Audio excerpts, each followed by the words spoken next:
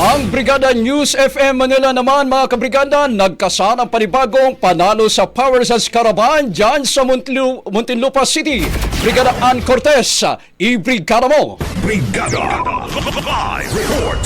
Nagkasanang panibagong panalo sa Power Cells Caravan ang Brigada News of Manila sa Barangay Putatan, Muntinlupa City.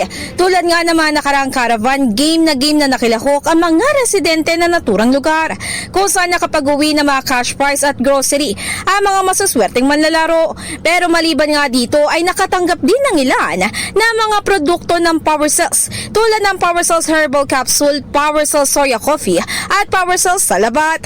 Patuloy naman ding umaasa ang mga residente na naturang lugar na marami pang lugar na mapapasaya ang brigada at maging ang Power Cells sa kanilang caravan.